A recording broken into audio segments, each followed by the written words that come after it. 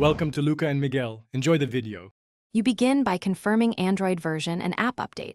This matters because Android 11 Plus changes file access rules. Once done, open Zarchiver and go straight to menu right arrow Storage Access to start the Storage Access Framework flow. Select the folder you need, or, if necessary, grant Manage All Files. This gives Zarchiver permission to read and write outside app-specific directories. Make sure to accept any system prompts. They complete the permission handshake, so the app can actually manage archives. Once SAF is open, pick the parent folder you need rather than single files.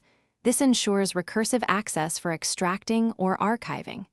If you work with a micro SD card, use the system picker to grant write access to that card so Zarchiver can modify it. Make sure the chosen target is writable. Avoid protected system folders.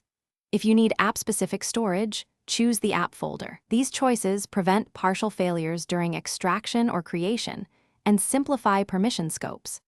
You finish by testing a small archive extraction to confirm everything works.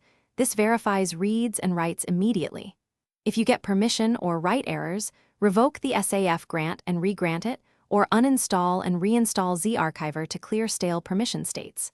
If problems persist, move the archive to internal storage and try again, because external and SD permissions are stricter. One key troubleshooting tip: if extraction fails, check for a trailing dot in folder names and retry after renaming, as Android sometimes blocks awkward file names. Thanks for watching and please subscribe. It's the best investment you'll ever make.